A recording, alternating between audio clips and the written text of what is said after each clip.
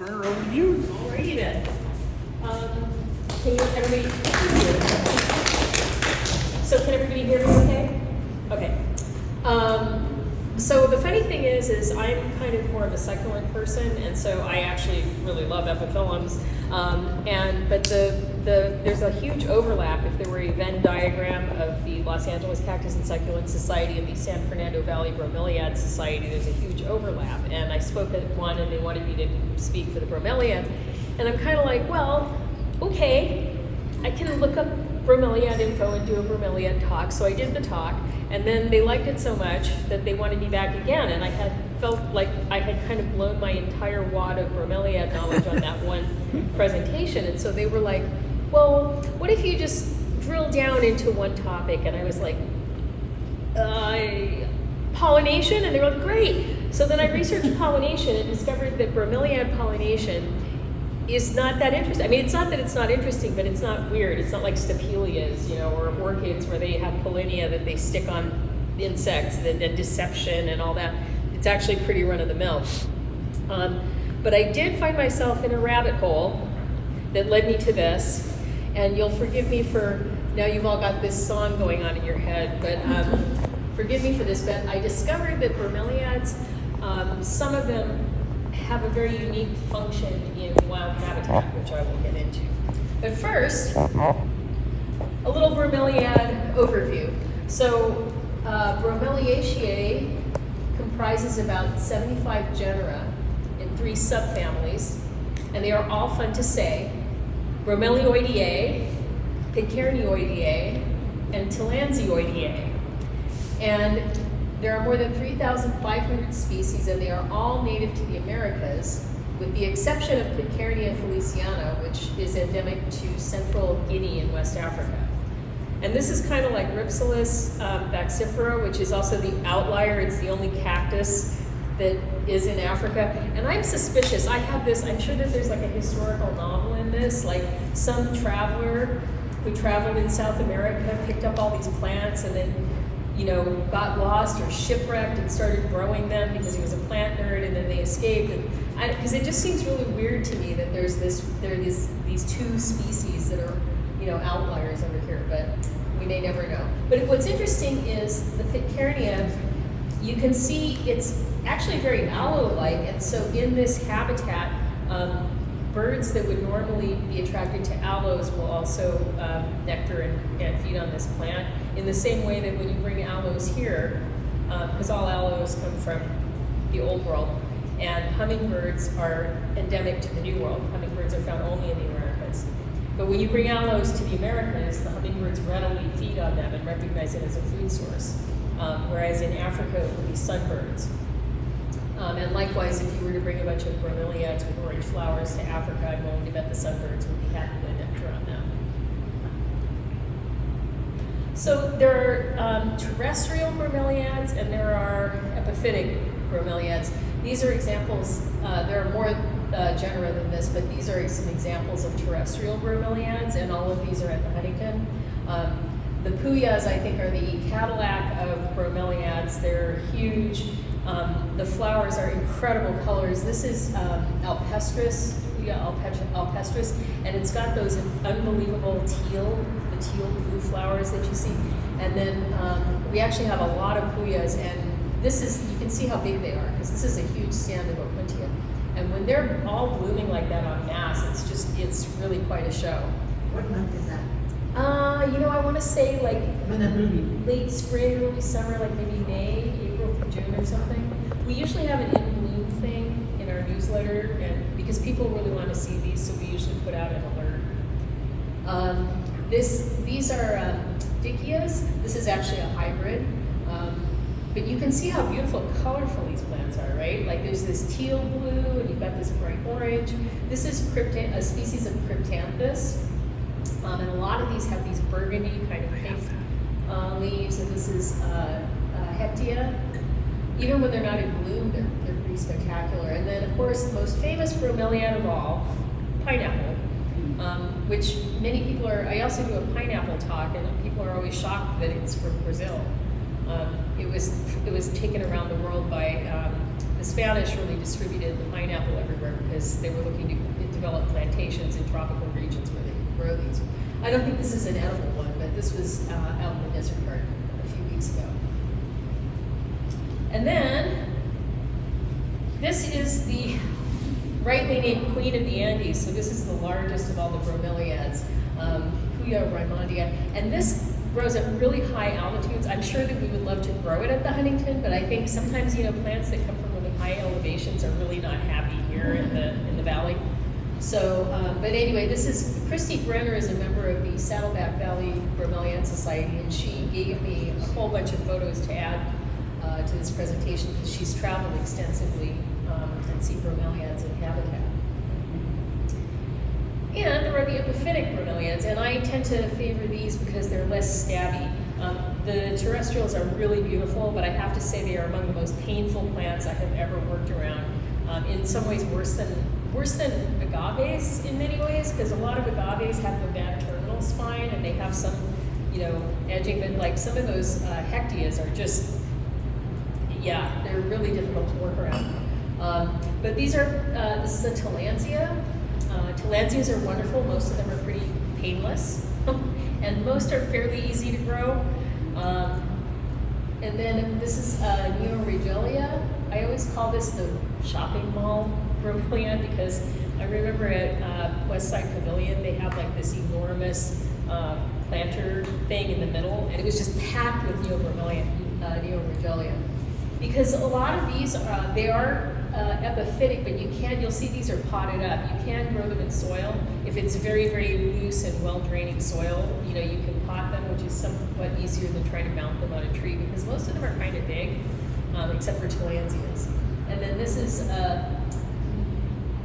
Acmea, and this also is a really beautiful, the colors on this are really spectacular. It's pretty easy to grow. I used to have it. I got renovicted a year ago and I had to like strip my garden down to about a third of what I had, so it was kind of difficult. And then Guzmania, and again, the colors on all of these are just incredible, some of the most amazing pigments. So, you know, so this started off as I was gonna get to the bottom of bromeliad pollination, and there wasn't a lot to get down to the bottom of. Not surprisingly, as you might think, with plants that make a tall inflorescence with, you know, open tube, you know, sort of trumpet-shaped flowers, about half of all bromeliads are pollinated by hummingbirds, which are native to all of the regions that most bromeliads are. And hummingbirds usually, the giant Puya raimondii that we saw, hummingbirds usually pollinate that, but biologists think that these perches, because if you look at a lot of the Puyas, you see all these like spiny projections.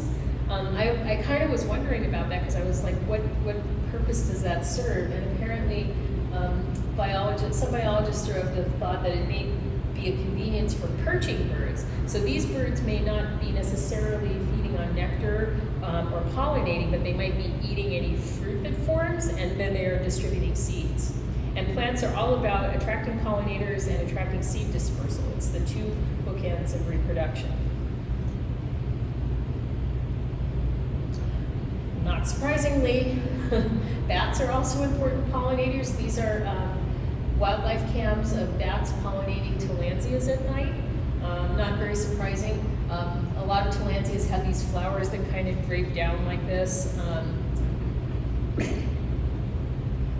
And other pollinators, again, the usual suspects. This looks like a Acmea, and you can see flowers usually have a dead giveaway of what kind of pollinator they're trying to attract. Things like Schlumbergera and some of the, some Rhipsalis, like the Gardneri and stuff, have those pendant flowers, and if you look at them, they're always kind of slightly asymmetrical, right? And then the stamens kind of hang down like this because they're intended for that bird that's coming to nectar to bump their forehead into the pollen and carry it away. And this is like a kind of a classic butterfly. It's like a big landing pad for the butterfly to come and land. And these are probably very full of nectar, and they're being pollinated by bees and flower flies. again, seed dispersal. Again, not really any surprises here. A lot of bromeliads produce these kind of berry-like fruits, and like many plants, the forest animals come along and they feed on them, and then they disperse the seeds in their poop as they travel through the jungle. And anemophily, which is a fun word to say, anemophily, is wind pollination, and so not surprisingly, a lot of tillandsias produce seed with these tufts on it, like thistle down, that is intended to carry the seeds away and hopefully get stuck on another branch somewhere in the jungle. So what makes bromeliads unique? It wasn't really the pollination, it was phytotelmata. So that's the term for these pools of water that form, and they're basically two shapes. This is the champagne flute, and this is like the punch bowl, where you've got the large pool in the middle and then smaller ones around the side. This is kind of I brought this as an example. Usually this would be, the water would fill up in there. I'm not really good with these, so that's why it looks sad. And the thing about these little pools of water is, so when I moved here, one of the first cactus and succulent shows that I ever went to, I was kind of amazed because there were orchid people there. And I remember thinking, what are they doing here? That's not a succulent. And then eventually I went on to learn that a lot of orchids are epiphytes, and a lot of plants that are epiphytic have water storage adaptations, which might seem weird because they're living in a rainforest. But if you're an epiphytic plant and you're growing up here in the canopy layer, which is where most epiphytes grow, you need to hang on to water because you don't have access to the pools, you don't have access, water flows down. And between rain bouts, the water flows down, and so you need to actually hang on to water, and that's why epiphytic cacti, like Epiphyllums and Ripsalis and Schlumbergera, live in the same types of habitat as a lot of these bromeliads, and because those water storage adaptations that they evolved long ago when they were terrestrial cacti still serve them in this canopy layer. It's a lot actually like layers of the ocean. The types of life that live in here depend on how much light and how much water can penetrate. So this is the emergent layer because it has branches and trees that emerge from the canopy. The canopy layer is very dense. A lot of animals and certainly plants that live in this layer never touch the ground. And then the understory in the forest floor gets the least amount of light, but a lot of popular houseplants come from this level, which is why they can live in your living room with absolutely no light and really crappy soil. So you have to imagine these little pools of water created by the bromeliads function very much, they're like water in a dry place. So this is a beautiful time-lapse layered image of a watering hole in the Serengeti. And just like the watering hole is attracting all kinds of different plants, all kinds of different animals to it, because everybody needs to drink water, the pools of water that collect in tank bromeliads support a wide range of life. So it's very much like the Serengeti, but only tiny and up in a canopy. Starting with microbes. So the water that sits in those tanks is full of tiny living things. And they can vary depending on the amount of light exposure that they get. So if it's in a sunny location, you find a lot of photosynthetic microbes like chlorophytes and cyanobacteria.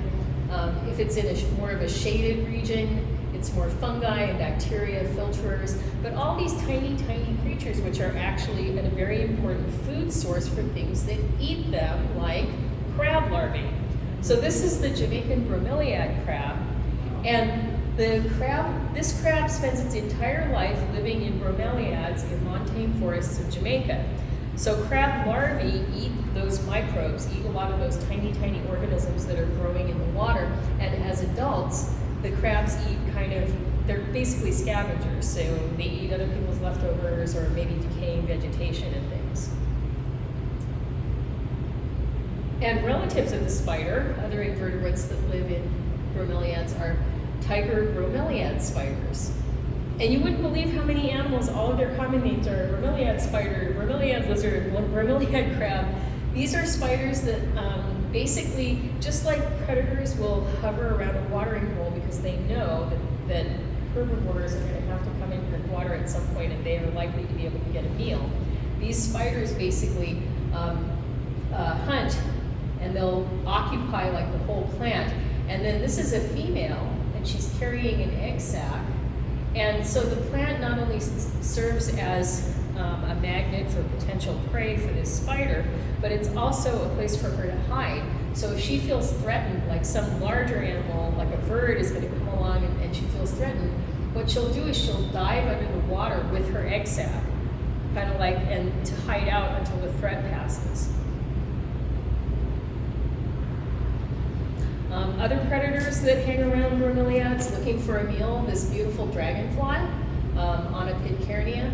And this, you'll notice how well color coordinated it is. I think that this may be a case of if you've ever had lynx spiders or crab spiders in your garden, a lot of times those spiders will morph to match the plants that they're living on. So crab spiders, they kind of camouflage themselves that way. I had a green lynx spider that lived on some coneflowers that I had, and you know the coneflower, the center of it is very orangey. And I was really amazed because it was this enormous female lynx spider, and she actually became more orange the longer she lived on that flower. And so it got to a point where it was actually really difficult to see her. So this dragonfly is probably blending in because these are really tremendous predators. Likewise, mantis waiting around for some unfortunate prey to come by. And then amphibians, so invertebrates, and now we're moving on to vertebrates, and this is amazing. This bromeliad tree frog, like the Jamaican tree bromeliad crab, spends its entire life living in these bromeliads, and in fact, this genus has bromeliad in its name. It's Bromeliohyla, which is basically bromelia frog, Bromeliaceae. Right? So it's got bromeliad in its name twice. That's how closely associated they are. The genus comprises 99 different frog species associated with 69 different bromeliad hosts. And so for amphibians, these little pools of water are essential because amphibians, unlike reptiles, are dependent on water. They can't reproduce without water. They need to be able to lay their eggs in water. So these frogs, kind of like the yucca moth and the yucca, have co-evolved to be very dependent on each other. These plants and these frogs have evolved to become dependent on each other. This is a different frog that also lives in bromeliads. So this is the marsupial frog, and it's called the marsupial frog because this is the female. And this is a close-up. Here she is. It's hard to see her. She's well camouflaged. And this little bulge is actually basically like a pocket that she carries her eggs in. And then as the eggs hatch, she deposits the tadpoles into different bromeliad pools. And the reason she does that is because tadpoles are actually herbivorous, they eat vegetation. But frogs, when they metamorphose into adults, go through an incredible transformation. It's almost as miraculous as a butterfly metamorphosis. Their whole physiology changes and they also become carnivores. So they morph from being herbivores to carnivores. So the problem with that is if you're a tiny tropical frog and you only make like 20 eggs and you put them all in one little pool of water and all the tadpoles hatch and they go through metamorphosis together, they're not only carnivorous but they're also cannibalistic. So you're not going to have many survivors. So this frog, that's why she waits until they start to hatch and then she distributes the tadpoles in different pools because then she has a greater likelihood of having some babies survive and not eat each other. So you thought your kids were problematic. And this is another case of a similar phenomenon. These are poison dart frogs. Here you can see the other one up here. We had these at the Los Angeles Zoo. I worked at the zoo for 18 years and I love reptiles and amphibians, so I have heard a lot of stories from the herpetology staff. So the herpetology staff were always pestering my friend the horticulturist for bromeliads, and he never wanted to give them the bromeliads because they would always eventually kill the bromeliads because they were more concerned with the frogs than the plants. And they sort of saw the bromeliads as being disposable. So, the keepers would always say, oh, Andrew, he's so precious about his plants. You know, and Andrew was like, well, how would you feel if you bred a whole bunch of baby frogs and then you gave them away and people were just like, oh, it died, oh, it died, oh, it died, you know, how would you feel? So there was a little tension there between the plant people and the animal people. But these frogs, sort of the same as the marsupial frog, what happens is that after they mate, the female will lay the eggs in like one of these tanks, bromeliad tanks, and then the male, as they hatch, the male will distribute the tadpoles, he carries them on his back, and will distribute them to different little pools in different bromeliads, for the same reason that the marsupial frog does this. And this is an example, there's super huge variation in frog parenting styles, kind of like their different bird parenting styles. You know, you have California condors or ravens where the youngsters stay with the parents for up to 2 years because they have all these complicated life skills that they have to learn. And then you have, you know, doves who can produce like 12 clutches of babies in a season, and the babies are ready to go in, you know, a matter of weeks. These are frogs that have a lot invested in their offspring, and they've evolved in a place where they've got access to these plants that make it possible for them to have fewer babies and invest more energy in them, as opposed to like the Mexican leaf frog, where those frogs basically hang out in trees that overhang bodies of water, and then they mate, and the female will just release huge quantities of eggs, like batches, like hundreds and hundreds and hundreds of eggs into the pool below. And then it's kind of like sink or swim. They all hatch, and some of them make it, some of them don't, some of them eat each other, some of them get eaten. It's, you know, there are two different strategies to surviving. And fortunately, bromeliads help make it possible for these frogs to survive. But not just frogs, there are also salamanders. And this is commonly known as bromeliad salamanders because they live in bromeliads too. And interestingly, these are lungless and they breathe through their skin and mucous membranes, which again is why amphibians are super dependent on having access to water, and why these little pools of water are life-saving for them. So this person, reptiles also hang out around bromeliads for kind of different reasons than amphibians. Like I said, amphibians rely on water for reproduction and to keep their skin moist. Reptiles don't need that, but like the spiders and other predators who hang around, they're also interested in a meal. So this is an adult male Trinidad gecko hanging out near an epiphytic bromeliad. This was a study that a researcher did, a number of lizard species recorded on bromeliads distributed by country according to available literature from 1849 to 2019. So if you can't, if you don't have funding to be able to go and do a field study, and you can't spend 12 years in South American jungles looking for tiny, tiny animals living up in high canopy, this person basically looked at historical field studies that biologists and herpetologists had published and took all the numbers that you could find in those studies to come up with these numbers. And Brazil is the big winner. But also Venezuela is up there, which is where a lot of Chris's photos came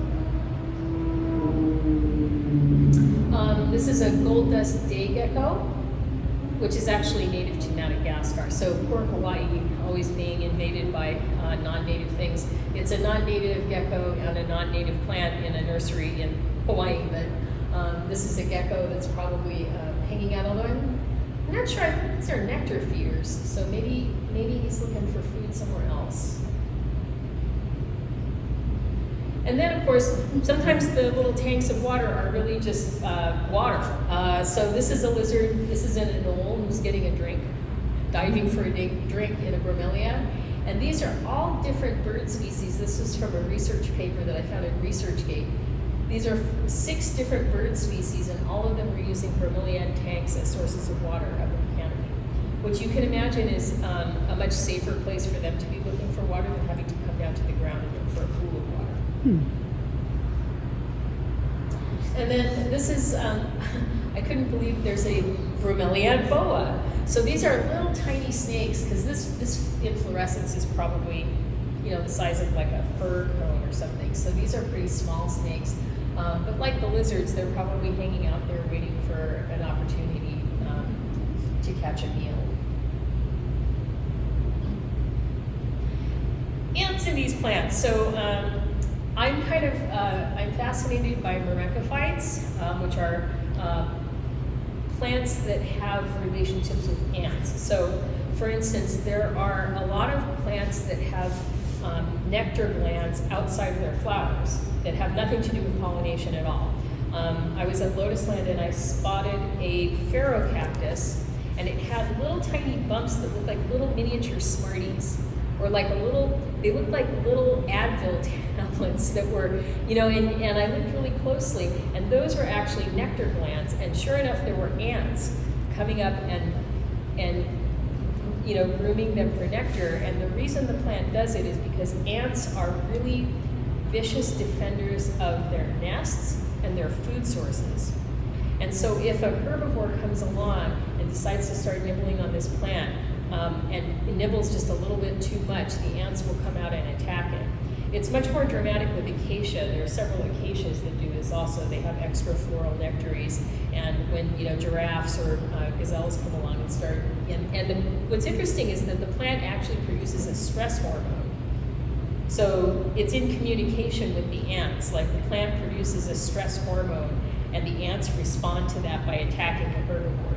And other plants, which actually, if you come to the Huntington and visit the Rose Hills Conservatory, we have other ant plants that are epiphytes, and these plants support ants, not with extra floral nectaries, but they have evolved these big codices. And if you cut it in half, they're actually full of chambers. Like they're not hollow, but they have like empty sort of chamber-like spaces, and those are where the ants live. So the plant actually has evolved to produce a home for ant colonies. Similarly, when too many herbivores feed on it, when there's too much predation going on in the plant, that plant will produce a stress hormone, and those ants will go out and attack. So similarly, bromeliads, I don't know who's exploiting who, but these ants are probably taking some nectar from this flower, and some bromeliads have root structures at their base that afford home, that produce, they're sheltered for ants, and so ants will take up residence in them. And also, as you can see here, these ants are probably feeding on nectar from this flower. And if they're living in or near this plant and it feels threatened, they will probably come out and defend it against whoever's eating it.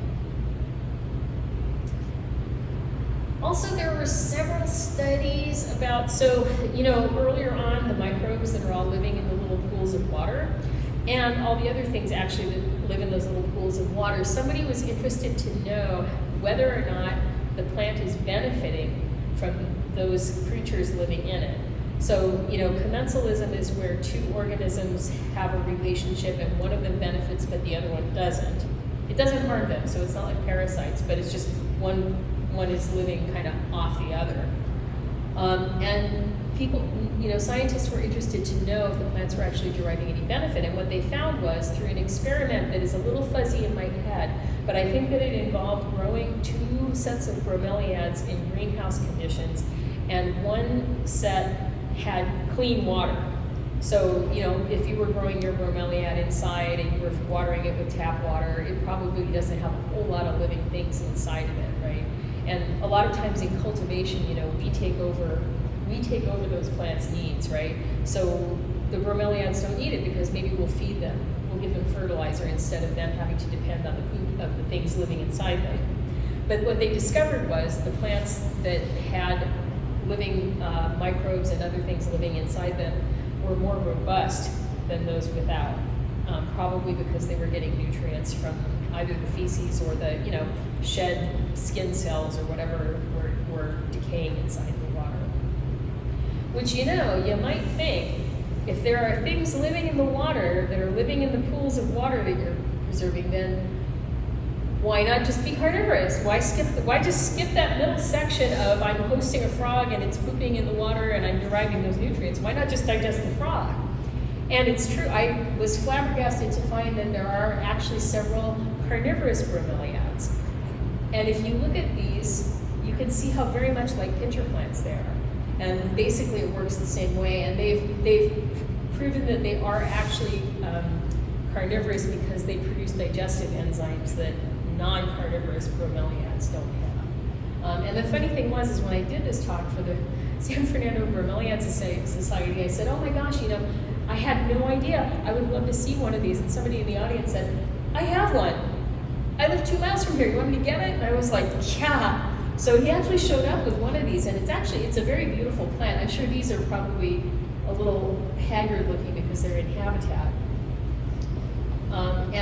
But unlike pincher plants, which usually have kind of a waxy coating on the inside that prevents the insects from getting out, this has kind of a white powdery surface that, kind of like if you're on a shiny floor and somebody has sand or something on it, it's kind of slippery. I think that's what keeps the unfortunate insects from being able to get back out.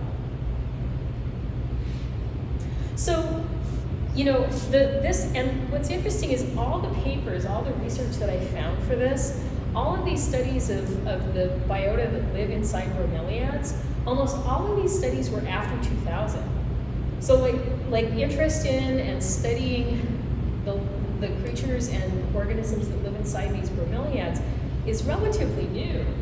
So the thing is, it's kind of unfortunate that more than half of the bromeliad species that have been assessed by the IUCN are vulnerable, endangered, or critically endangered. For the same reason that orchids are, for the same reasons that succulents are.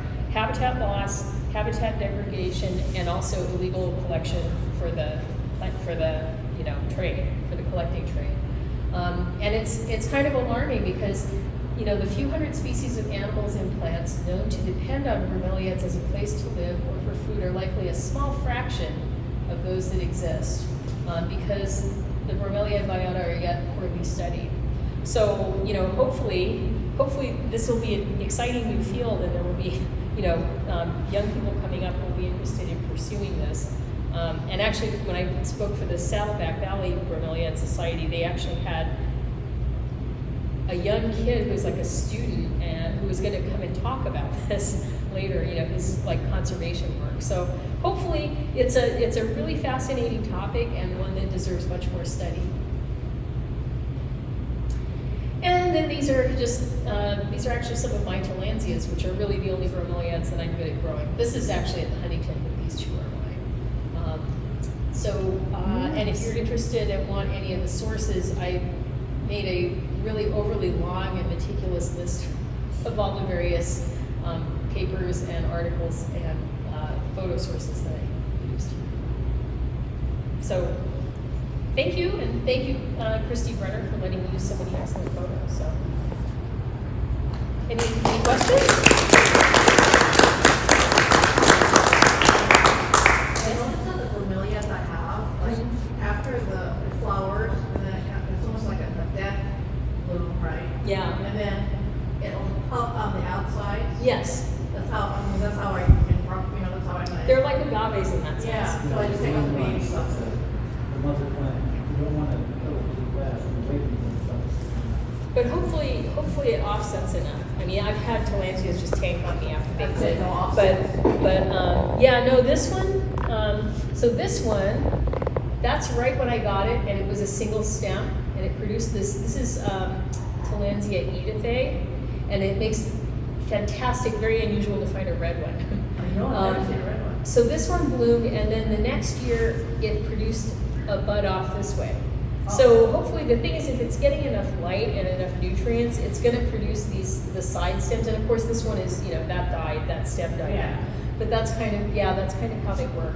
This one, not this one.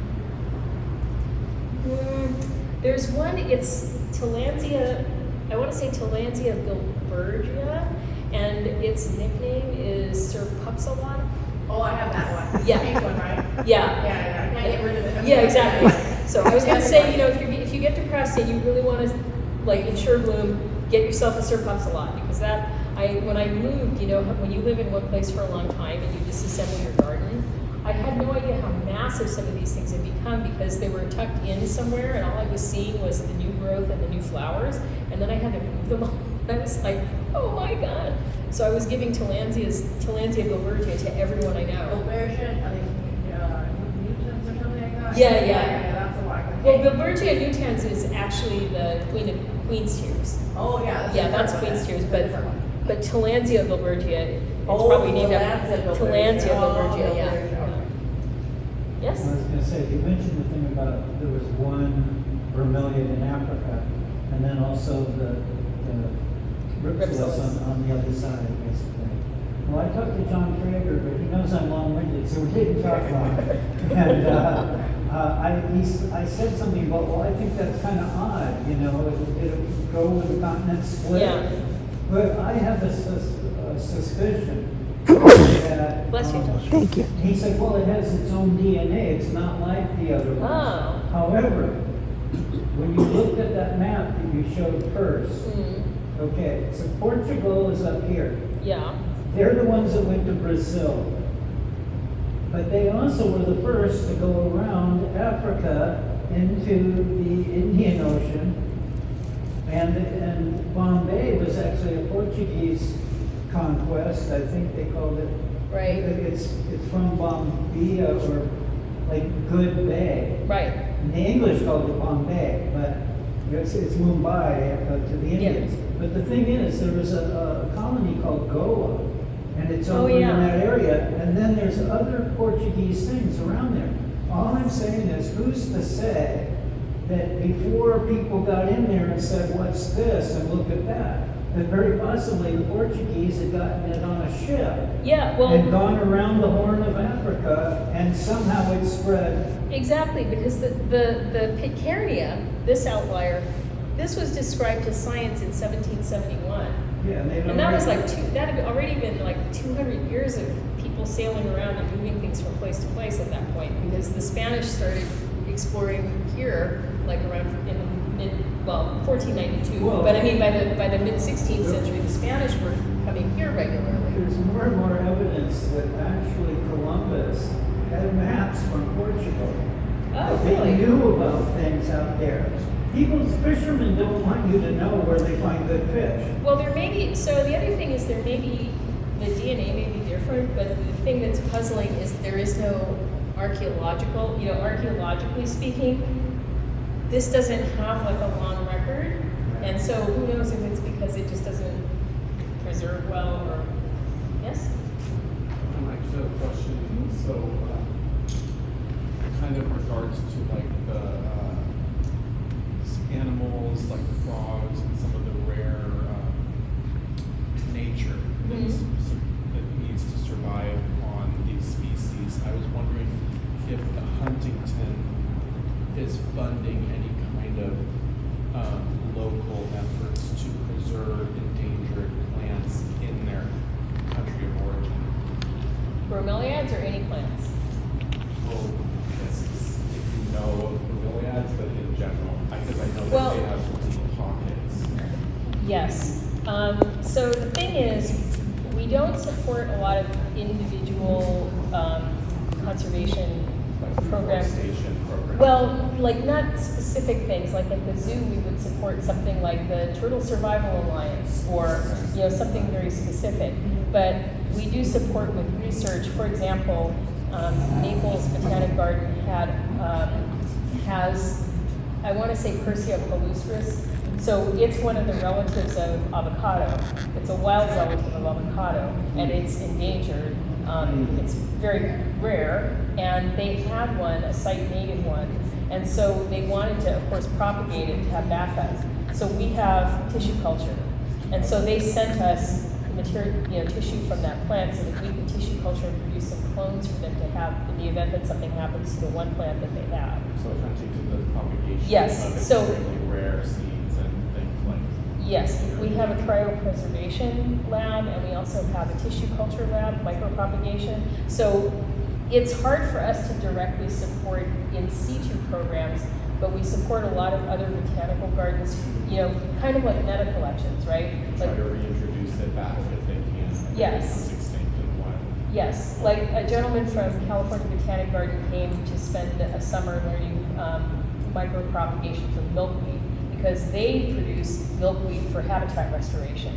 But milkweed, as you know, is notorious. Milkweed is a tricky plant, right? And it's hard actually to produce huge quantities that you would need for habitat restoration. So we don't have the space to do a big program like that, but they do. And so we trained him in micropropagation so that he could take that knowledge back to California Botanic Garden and spread it there. I mean, we have, and we also do seed banking. We collect a lot of endangered, for example, oak and ash seeds. And you know, oak acorns can't be frozen like the Millennium Seed Bank. You can't store acorns that way. They won't, like avocados and acorns, those seeds can't be cryopreserved. So what you have to do is you have to grow those plants and produce shoot tips that can be stored in cryopreservation, right? So and then defrost. Yes, basically. And then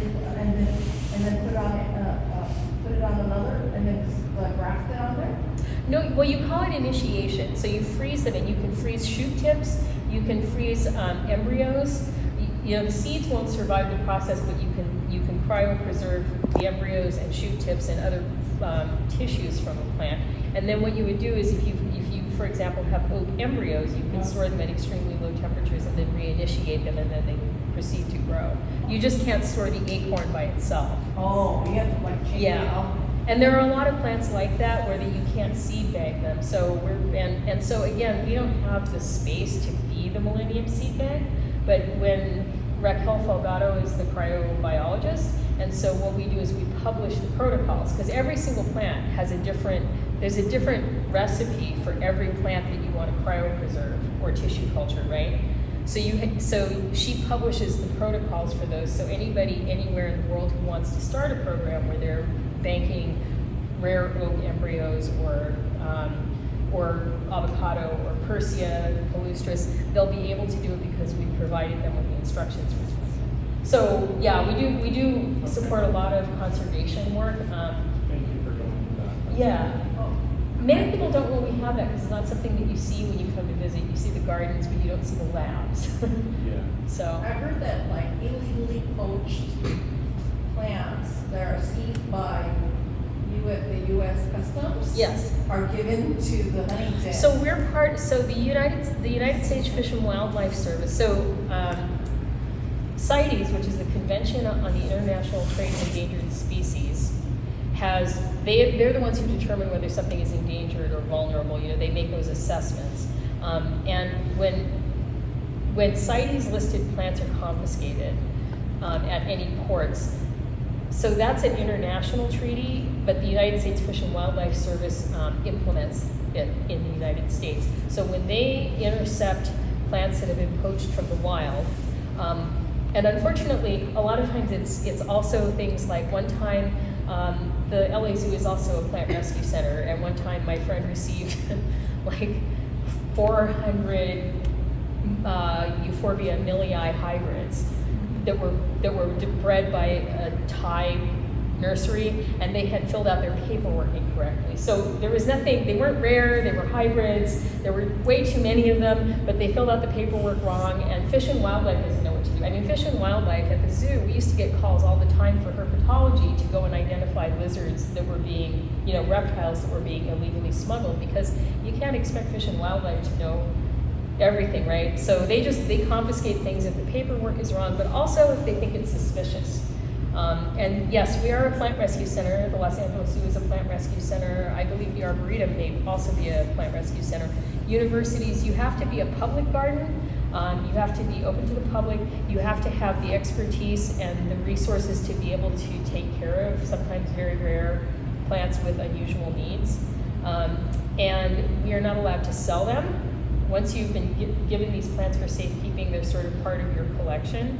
However, you are able to propagate them, which is something that's much harder to do with animals. And you can sell them. Yes, and so if any of you, has anybody here bought anything from the International Succulent Introduction Program? Oh, no, not just one. If you go to if you search on Huntington International Succulent Introduction Program, it will take you to all of our catalogs, the current year, as well as anything that's available for the past year. And a lot of those plants have been propagated from plants that we received as a plant rescue center. So we still have the mother plant, because we're never allowed to, we have to take care of it in perpetuity.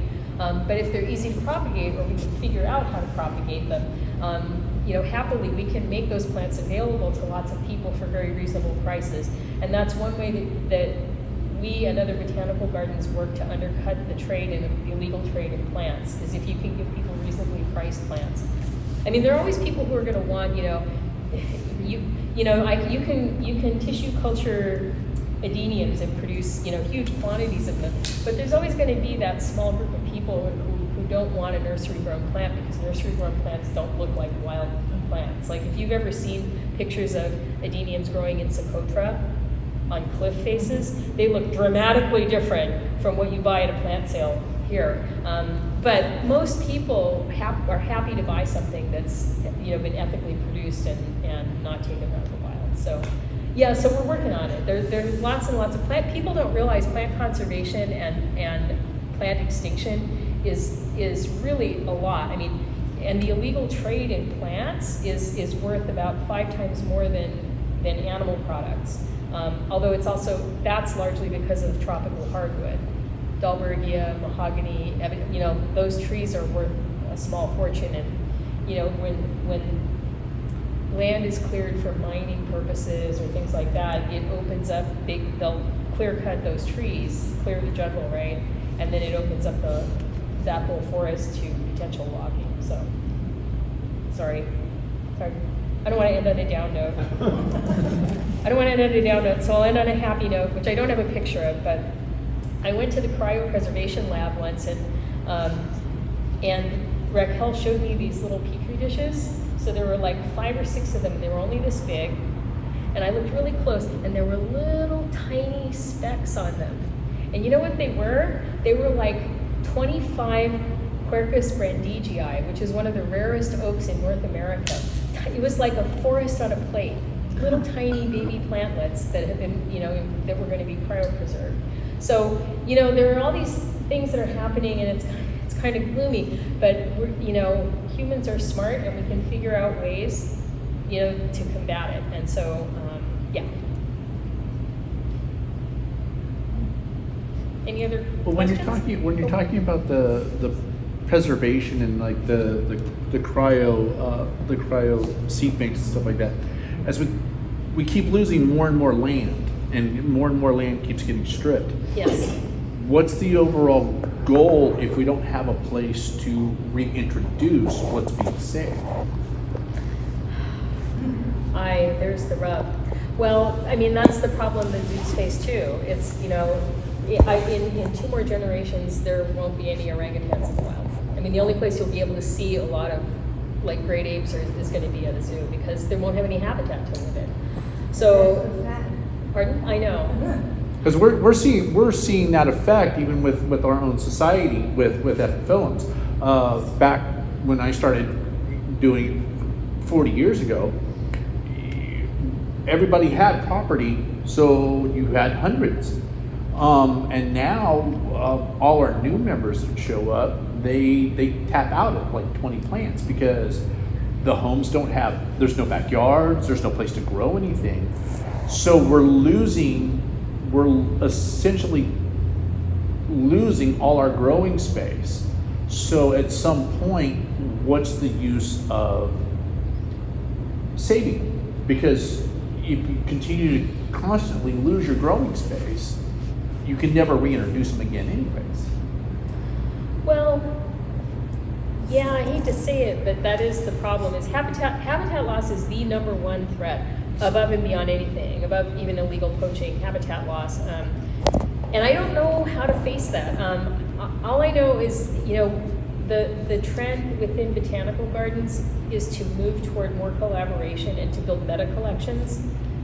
So if you have the capacity, like in Florida, if they have the capacity to grow these other Persea species, then, we work with them. So we don't have it, and things that we can't grow, when you work together with other people, you can build these larger collections.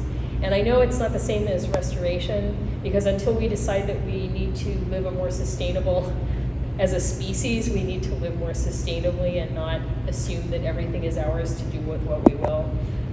I don't know how much that will change, but I know that we can build capacity by working together.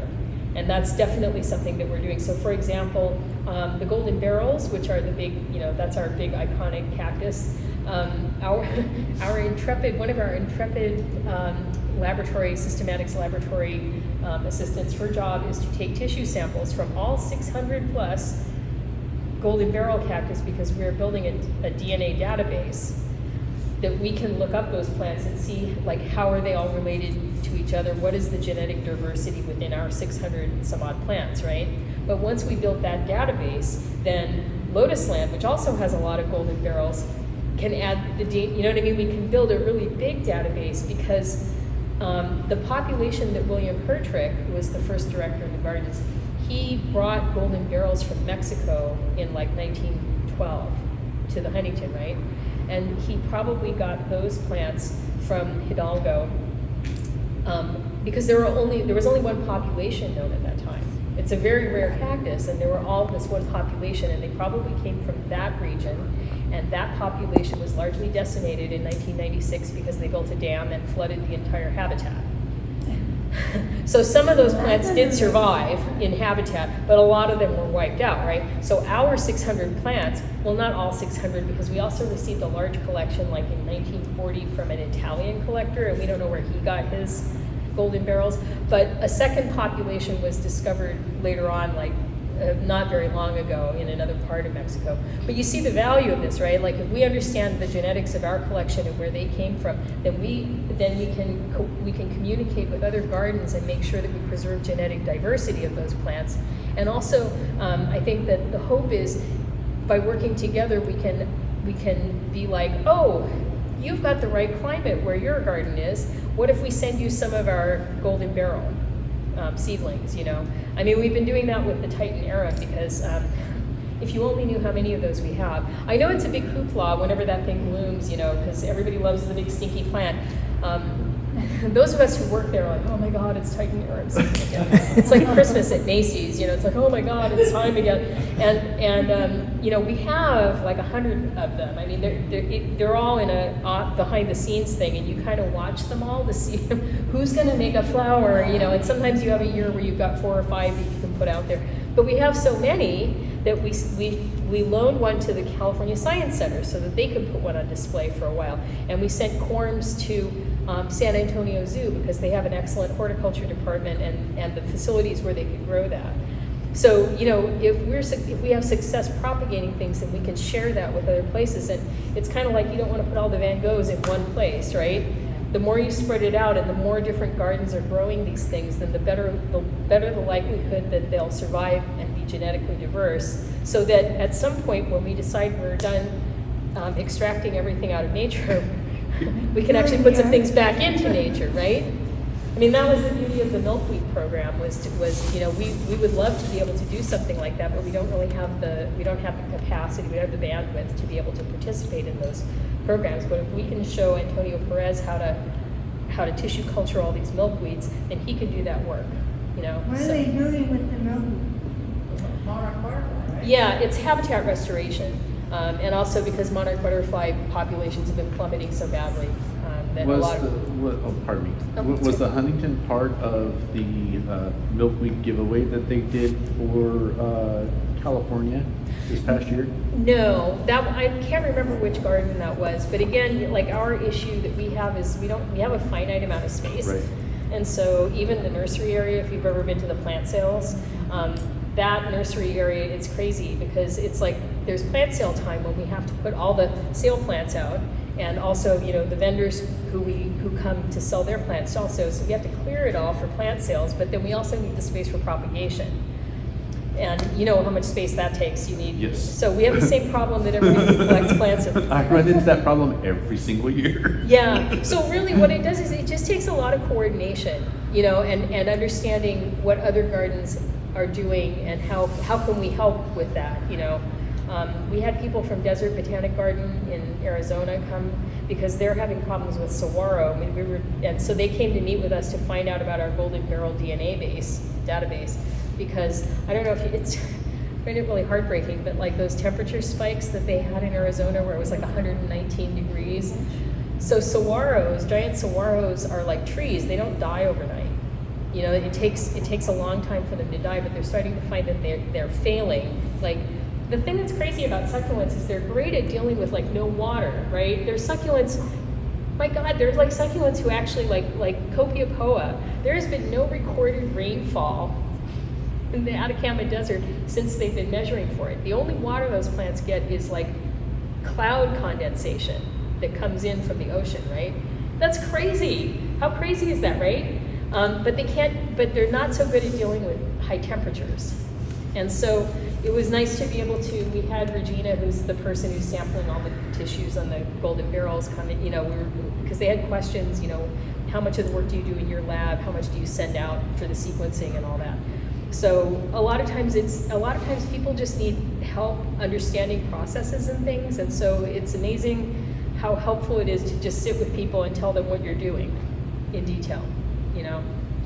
So, but you know, I think that there's momentum. I think people have less place to grow plants, but I tell you, sometimes I was a docent at Theodore Payne for a while, and at the plant sales, it was so awesome because there would be these young people with like lots of tattoos and piercings and things, but they would have like, you know, light exposure maps of their yards, right? Like they were really into it. I was like, oh, that's great. But you have to pass it on to the next generation, right? Because you know, the problem with habitat loss is so dire, and it's taken us so long to get where we are, right? I mean, really, people think that habitat loss and some of the environmental problems we face are things that happened, I don't know, since the 70s or in the post-war era, but really it's been since the 15th century. It's hundreds of years of extractive practices that have brought us to where we are. So it's going to take generations to undo it. And so, you know, I always, whenever I do talks for groups like this, I'm like, please spread your plant nerdery to all the young people who will listen. You know, I always, whenever I'm talking with young people, I try to find out one plant that will capture their imagination, you know. Might not be a succulent, might be roses. You're the sneaky one, that one. Yeah. Yeah, and then, you know, you just gotta find their gateway plant. And then the next thing you know, they'll be at plant sales with boxes, you know, coveting things and, you know, growing their own zucchinis, whatever. You know, it's just you've got to plant that love of plants in the next generation, because we need their help to fix it all. Well, I mean, the next generation is too busy looking at the phone all the time. Well, that is a problem, but I also see young people who are interested in plants, and you know, I mean, I spend a lot of time on my phone, and I think that the important thing is you have to counterbalance, you have to complement that screen time with engagement in the real world. And so, you know, I had a former colleague who was really paranoid about AI, and I was like, well, AI isn't going to go out there and go, oh crap, there are aphids on my Sansevieria. AI isn't going to go into my garden and say, oh no, this cactus is etiolating, I need to move it. You know, AI isn't going to do that. And it's, you know, if you can just teach them to love things physically in person, then even if they do spend a lot of screen time, you never know when that physical relationship is going to come back, is going to capture their imagination. I believe that. I really do. I hope so. I have to believe it. I gave away like little, like I can't remember. It was like a little kid that lives across the street. I'll give it to the parents, you know, so they can get them going. Yeah. I mean, my parents were completely not plant people. There was like an older lady who lived across the street from me, and and I'm old enough that in Seattle, when they built the neighborhoods there, they used to build them one house at a time, right? So there were like not very many people in the neighborhood, and she had a triple lot because she had been living there for ages. Like her dad was actually a French-Canadian fur trapper, you know, who had worked his way to Vancouver, to British Columbia, and then gone to Seattle. And she had this amazing garden, and I never thought about it. I mean, I spent 15 years as a music journalist. I had wasn't doing anything with plants. I didn't have any plants, you know, but when I was a kid, I remember, and it's not the binomial names, it's not the Latin names, it's not understanding taxonomy, it's crawling around on a lawn because there are alpine strawberries growing in there. and looking for the strawberry. It's going out in a garden and eating the sunflower seeds, but because you know when they're ready to eat, right? Because you've been watching the sunflower and it's like, oh, they're ready, right? It's learning to eat fruit off the tree and understand that tree produce. You know what I mean? So none of it was technical, none of it was scientific. It was all experiential. And I think that if you can do that for little kids, it lodges in their heads somewhere. And if you're lucky, something later on will jar it loose. Like a plant sale, going to a botanical garden. So, fingers crossed. Sandy, thank you very much. Sure, thank you very much. It was lovely meeting you all. And Sandy does have other programs, so you will be seeing her again. We will bring her back sometime next year for another one of her talks. We'd love to come back. That'd be great.